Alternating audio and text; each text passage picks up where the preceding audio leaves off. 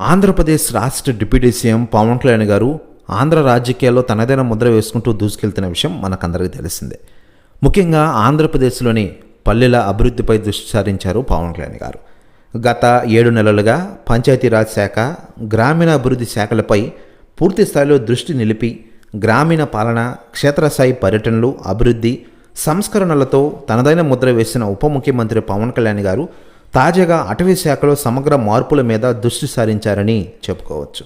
గత కొన్నేళ్లుగా అటవీ శాఖ సరైన ప్రగతిని సాధించలేకపోయిందని ఉప ముఖ్యమంత్రి పవన్ కళ్యాణ్ గారు గుర్తించారు.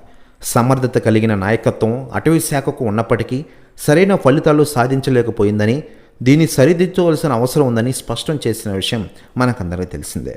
మరోవైపు పవన్ కళ్యాణ్ గారి గురించి రాజకీయ నాయకులు స్పందిస్తూ ఉండగా తాజాగా కాంగ్రెస్ చీఫ్ రాహుల్ గాంధీ గారు సంచలన వ్యాఖ్యలు చేశారట.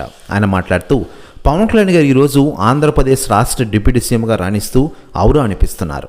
ముఖ్యంగా పల్లె ప్రగతి అంటూ ఆయన పల్లెల్లో తిరుగుతూ పల్లె యొక్క అభివృద్ధిని స్పష్టంగా చూపిస్తూ ఉన్నారు. ఈరోజు ఆంధ్రప్రదేశ్లో జరుగుతున్న అభివృద్ధి కార్యక్రమాల్లో పవన్ కళ్యాణ్ గారు పాల్గొనడం చాలా గ్రేట్.